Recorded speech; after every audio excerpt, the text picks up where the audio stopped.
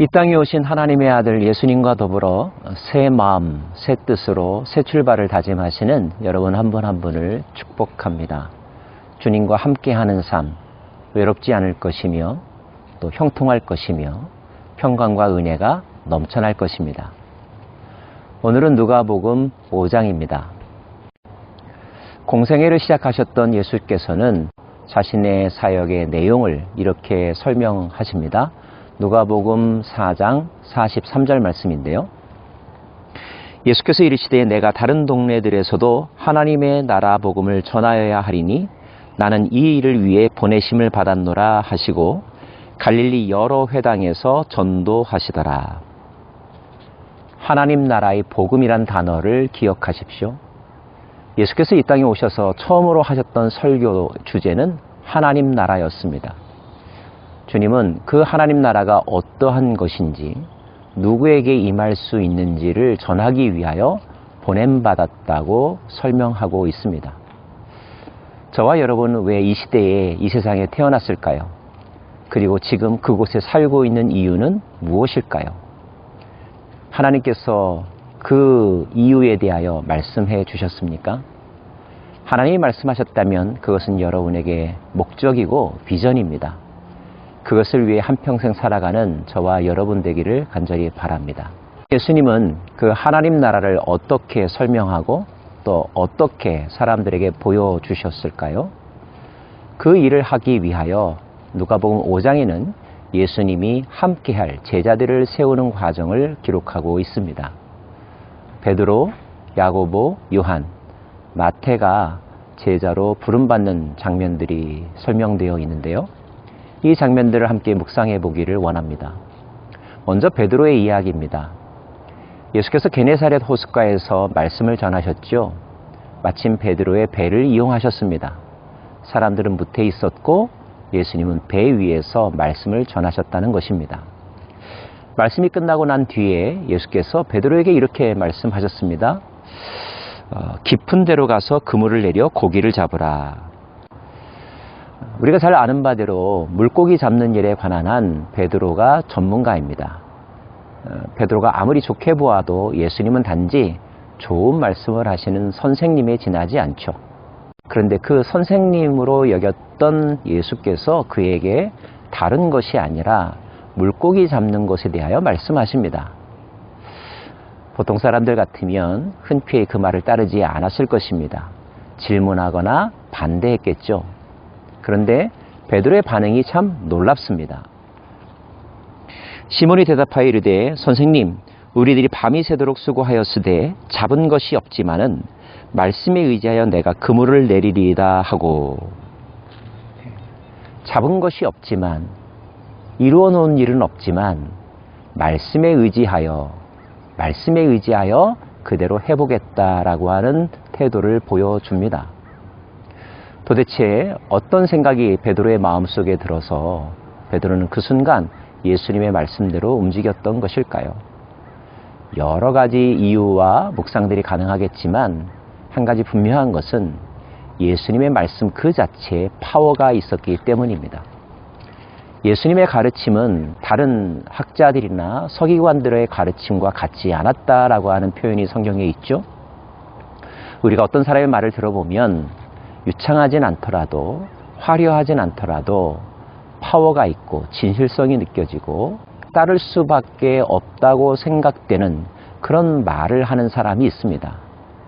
아마도 그것은 그 말과 그 사람이 일치하기 때문이고 그 말의 내용이 진실하기 때문이며 그 말 속에 힘이 있기 때문일 것입니다. 예수님은 그런 분이셨습니다. 그래서 세상의 어떤 설교가나 또 달변가와는 비교할 수 없는 놀라운 파워를 행하실 수 있으셨던 거죠. 왜냐고요?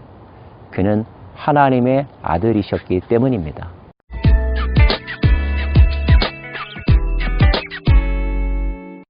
다행스럽게도 베드로는 그 하나님의 아들의 말씀을 들을 수 있는 기회를 얻었고 그 순간 그 말씀에 순종하였습니다.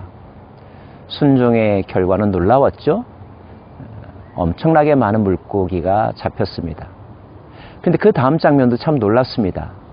물고기가 잡히자 베드로는 그냥 기뻐하고 감사하는 데서 끝난 것이 아니라 오히려 그 예수님 앞에 무릎을 꿇고 저는 죄인입니다. 저를 떠나십시오 라고 말합니다. 이것은 또 어떤 반응일까요? 네, 베드로는 그 말씀의 능력 앞에서 자기 자신을 발견하게 되었고 기쁨보다 더 큰 두려움과 경외심을 깨달았던 것입니다. 진정으로 하나님의 말씀을 듣는 사람은 경외심을 갖게 됩니다. 하나님 앞에 무릎을 꿇게 되죠. 자기 자신을 발견하게 됩니다. 자신의 과거와 자신의 현재와 자신의 내면의 더러움을 발견하게 됩니다. 죽을 수밖에 없는 죄인이라는 사실도 깨닫게 되죠. 은혜 아니면 살 수 없다는 사실도 깨닫게 됩니다. 이것이 말씀의 능력입니다. 예수께서 베드로에게 뭐라고 말씀하셨습니까? 나를 따라오너라고 말씀하셨습니다. 용서를 선언하고 계신 것입니다. 동시에 사명과 비전을 심어주신 것이죠. 회개를 통하여 용서의 은총과 비전의 은총을 얻은 자가 바로 베드로입니다. 베드로뿐만이 아니었습니다. 그 옆에 있던 야고보와 요한도 동일한 깨달음이 있었고 경험을 했습니다. 그래서 오늘 말씀에 의하면 그들은 베드로를 육지에 대고 모든 것을 버려두고 예수를 따르니라. 그들의 인생의 대전환의 사건을 경험하게 된 것입니다. 그들은 안전지대에서 머무르지 않았습니다. 익숙한 것들과 결별했습니다. 왜일까요? 더 좋은 것, 더 강력한 것을 만났기 때문입니다. 예수님은 천국 비유에서도 말씀하셨죠. 더 좋은 것을 위하여 지금 가지고 있는 것들을 다 팔아 그 좋은 것을 취하는 것, 이것이 바로 천국이다 라고 말씀이죠. 예수님의 말씀이 또 예수님의 말씀 속에 담겨있는 하나님의 나라가 얼마나 강력했던지 그들은 이제까지 그들이 의지했던 것 그리고 그들에게 익숙했던 것들이 아무것도 아니라는 사실을 깨닫게 되었습니다. 사도 바울의 표현을 빌리면 배설물처럼 여겨졌다는 거죠. 이제 그들은 새로운 꿈의 사람이 되었습니다. 하나님의 나라라고 하는 꿈에 사로잡힌 자가 되었습니다. 예수의 능력에 사로잡힌 자가 되었습니다. 그 어떤 사람보다도 너무너무 좋은 분, 고마운 분, 사랑하고픈 분, 배우고 싶은 분, 예수님을 만났습니다. 인생의 변화가 시작이 된 것입니다. 마태도 마찬가지입니다. 그는 세리였었죠. 그 세리 마태와 예수님이 식사를 하십니다. 사람들이 수군거렸죠.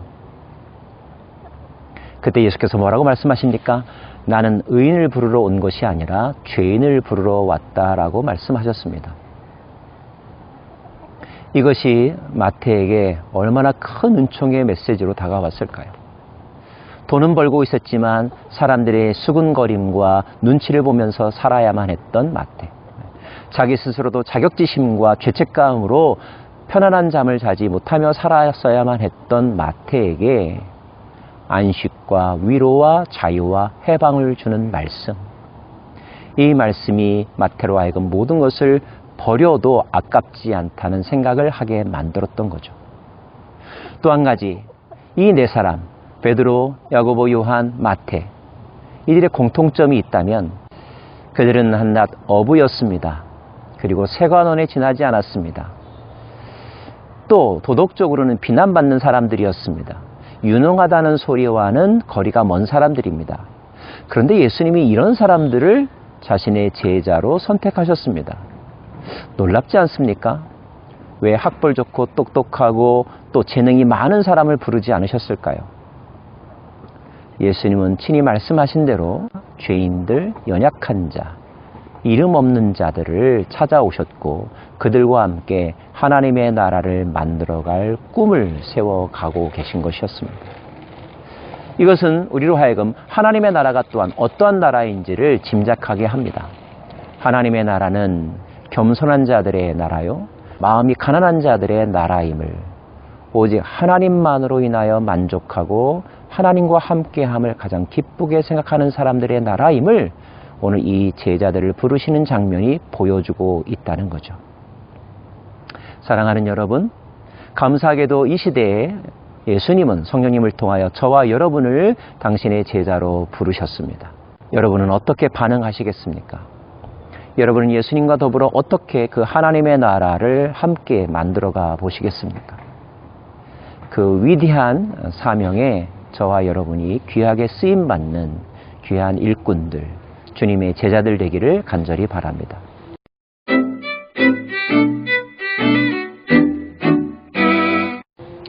더불어서 5장 말씀에 나오는 두 가지 사건을 좀 더 나누고 싶은데요. 그것은 나병 걸린 사람을 치유하신 사건과 중풍병자를 치유하신 사건입니다. 나병 걸린 사람이 예수님에게 외치죠. 당신이 원하신다면 나를 깨끗하게 하실 수 있습니다.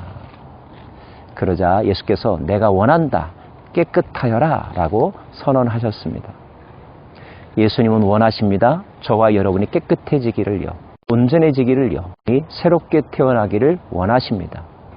근데 예수님이 원하시는 것만큼이나 또 중요한 것이 있습니다.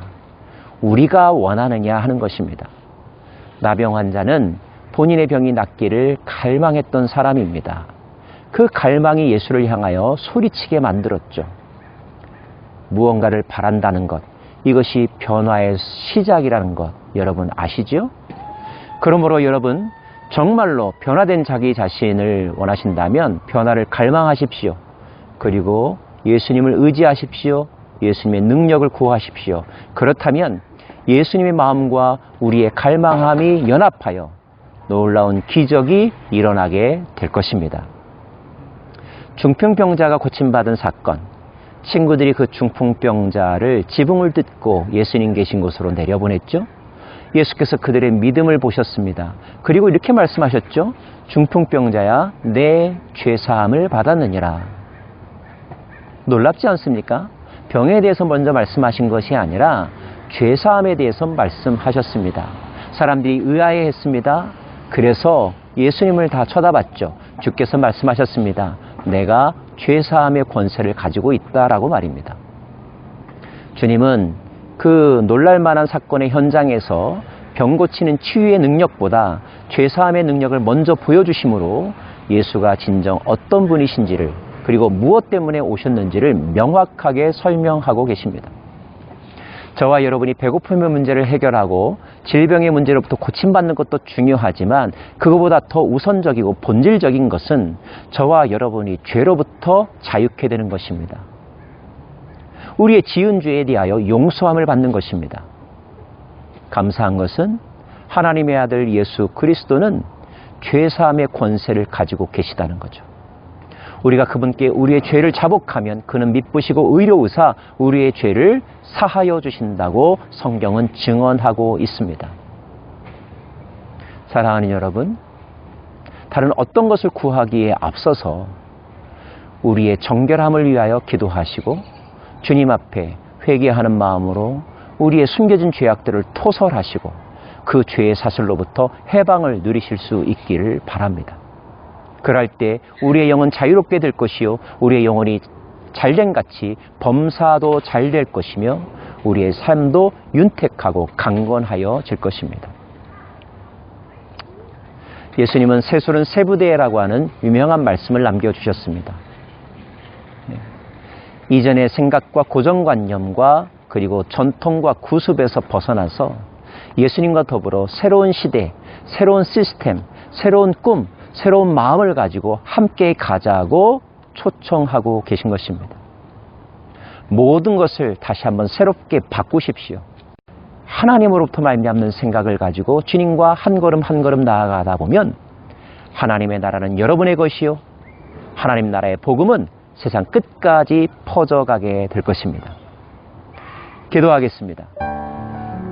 주님, 우리가 가장 우선적으로 구해야 되는 것은 우리를 죄로부터 구원하여 주시기를 원한다는 기도여야 함을 오늘 베드로의 고백을 통하여 중풍병자의 치유 사역을 통하여 깨닫게 됩니다. 무엇을 먹을까 마실까 입을까에 대한 기도보다 우리 안에 있는 이 더러운 죄, 남모르는 죄, 지독하게 우리를 붙잡고 있는 사슬과 같은 죄의 뿌리들을 끊어버리는 놀라운 은총을 경험하기 원합니다. 오직 주님만이 우리를 죄로부터 해방시키실 수 있사오니 주님을 영접합니다. 우리를 자유케 하여 주옵소서. 예수님의 이름으로 기도합니다. 아멘.